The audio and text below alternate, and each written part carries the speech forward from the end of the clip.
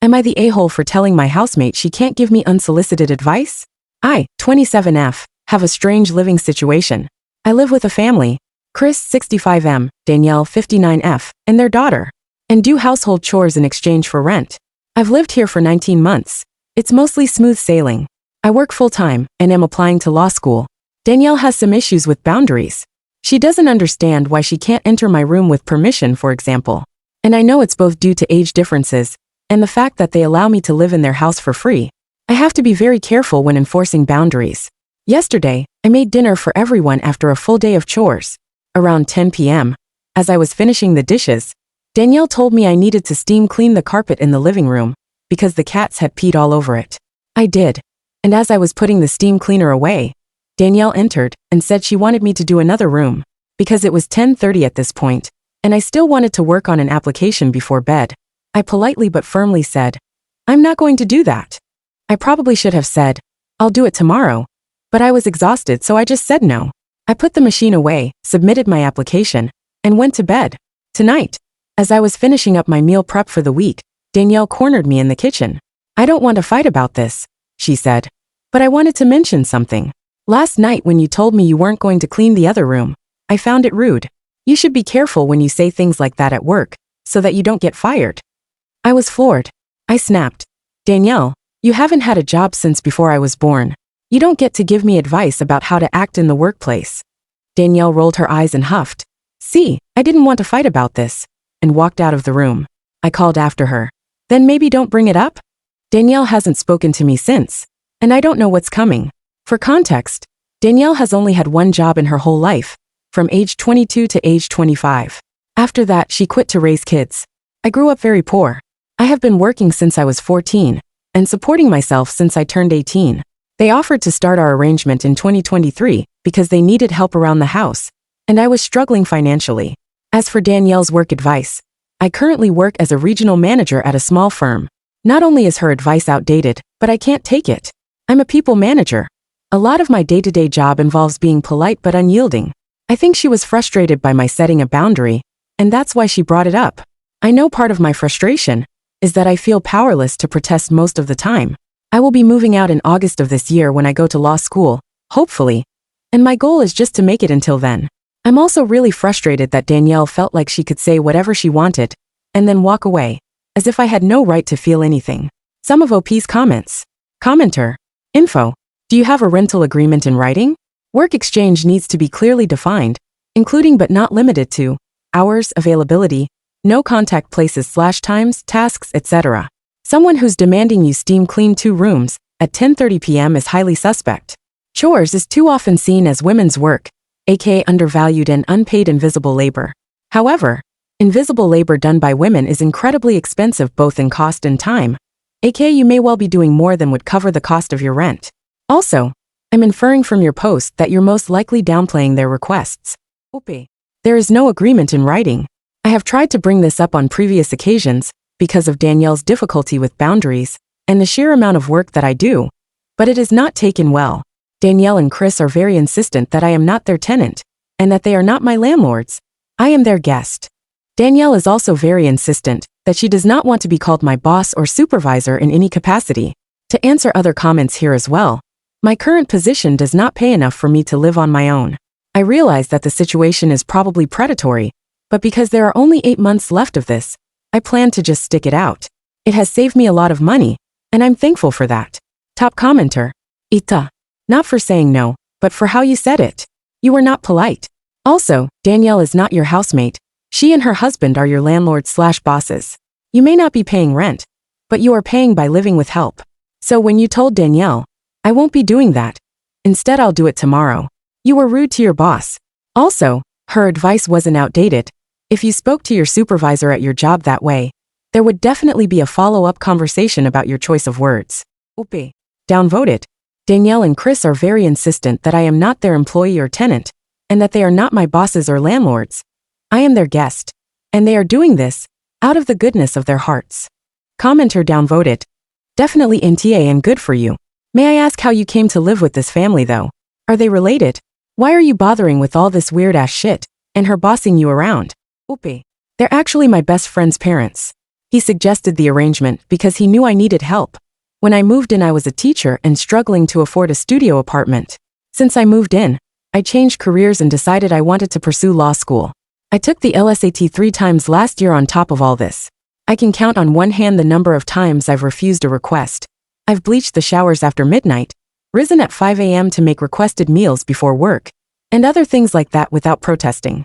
I see this as an opportunity to make my life better in the long term, while surviving short term. I just wanted to say no this time because, truthfully, I physically couldn't handle fulfilling the request. Danielle was insistent it had to be done immediately, because they wanted to go to bed at 11 p.m., but I just couldn't do it. Update. I was voted the asshole, which I understand. What I do adds up to about $2,000 per month, if you go by the standard of $20 per hour, or about 100 hours per month. Most of those hours are concentrated on weekends, and 2 to 3 evenings per week. I make enough food that there are leftovers, so I can have a couple of nights off. Included in those hours is a lot of care for their adult daughter, who lives with us, and is disabled. If I babysit the house pets while the housemates go on vacation, which happens a lot, I charge a $20 per day stipend. We have 2 dogs, 3 cats, a gecko and some fish. One of the cats is mine. This is why I cleaned the carpet without protest, because it's just as likely the piss was his as any of the other cats. I've said no to requests 3 times in 19 months, and each time has been met with pushback like this. All 3 were due to the time of night they were asked. A lot have called this a form of modern-day slavery, and I see where you're coming from. I've been fine with the situation remaining largely undefined because even when I protest at chores, I haven't been threatened with eviction. I entered into this situation at a time when I was overwhelmed and desperate. It might be predatory, but it was the best opportunity one had. I could have protected myself better going in. As to why I stay in it, it's because there's an end date in sight, and it will set me up well to keep funneling money into savings for the next few months. If I were evicted, it would suck, but I would be fine. It's not ideal, but it works. I recognize that I should have worded my response better than I did at the time. However, I do want to push back on the idea that I have to do everything they say because they own the house. If a boss demands overtime from me that's not previously agreed on, I am allowed to say no, and I have done it many times without affecting my employment whatsoever.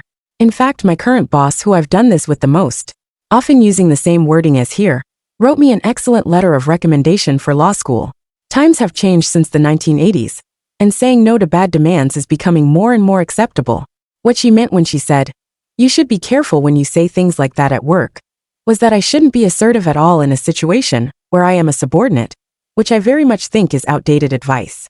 I was not invalidating the difficult work of raising a family that Danielle did. I would not dream of offering someone else parenting advice, because I haven't been in their shoes. Hypothetically, if the last time I had raised a child was 30 years ago, I also wouldn't give advice on raising a kid in the iPad generation. Danielle should not be doing the same to me about work. She is not my professional boss. She has never worked in my field. She knows that she is not my landlady either. If she were, there would be a whole lot of rules she would need to respect that she doesn't want to, such as entering my room without notice. Again, because I am getting some benefit from the situation, I don't and won't threaten legal action here, because I have enough documentation to protect myself. In addition, Chris, Danielle, and I all have personal stakes involved in this going well. We have a ton of mutual friends, one of whom is their son and my best friend. Danielle and Chris have some chronic illnesses that make housework hard for them, so they are also getting a lot out of this situation. I plan to apologize and smooth things over. I will follow much of the advice mentioned here about protecting myself better moving forward. Perhaps naively, I hope this will end well. Danielle and I actually get along very well most of the time. We don't hate each other by any means, and we both ultimately want to see the other happy. That's why this has worked for so long. To everyone who says that this situation proves I don't have what it takes to be a lawyer, don't worry. You will probably never be my client. Update 3. First, as an aside, a lot of the comments here missed the point. Danielle was not angry with me for refusing to do an additional chore at 10:30 p.m. That was not the issue. Even by the most generous of understandings, demanding additional overtime work at the end of a 14-hour shift is unreasonable, and she knew that. During our follow-up discussion, she added a detail I had totally forgotten about. The second room in question has a large potted fiddle leaf fig tree in it, and in order to steam clean the additional room, the tree needs to be moved. Neither she nor I were able to move it after multiple attempts. So at that point I said, until Chris and I can figure out a way to move this, the steam cleaning will have to wait. I know you want it done tonight, But I will not be doing that.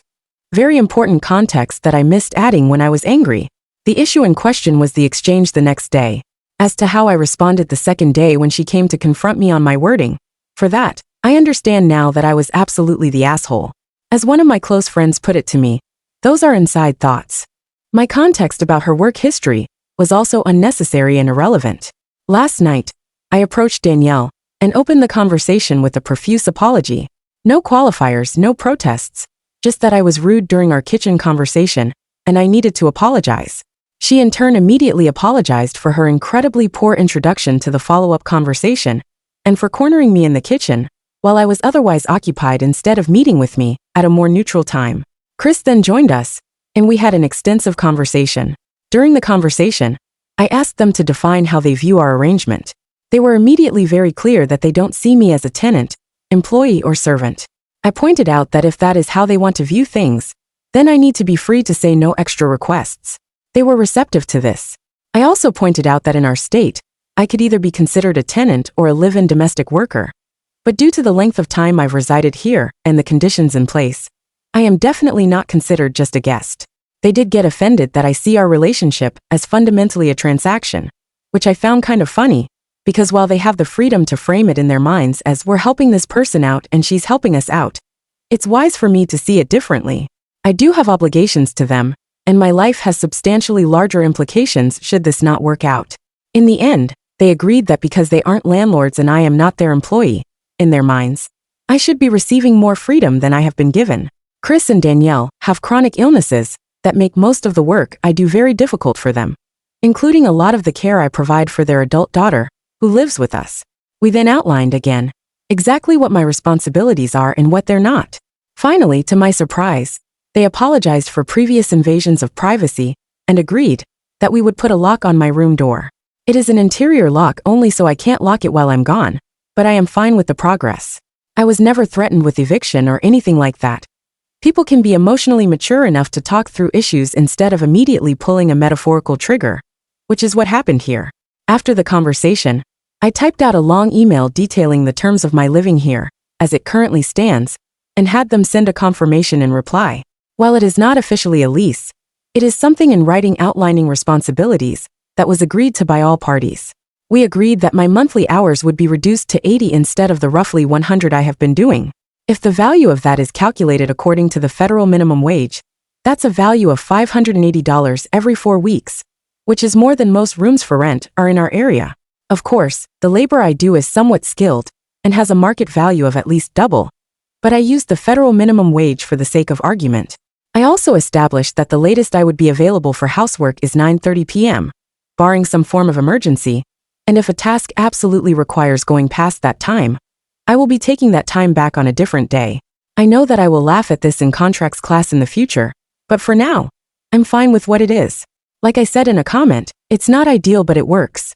I'm not in a position where I desperately need this anymore, but I'm going to stay here until August because being able to funnel what otherwise would be paid in rent into savings is doing wonders to set me up for the future. To everyone that commented something along the lines of, "You have to do everything she says," or "You're the help," or "You're entitled," I encourage you to think about that perspective more. Employees, household help, and any people in a subordinate position are still very much an individual and deserving of basic respect to their space, their time, and their person. No laws, no matter how extensive, take those basic rights away. Also, if you said it was my fault for being in the situation in the first place, kick rocks. We are all working through our own situations where we pick the best option available, even if it isn't perfect. That's not weakness or stupidity, that's life.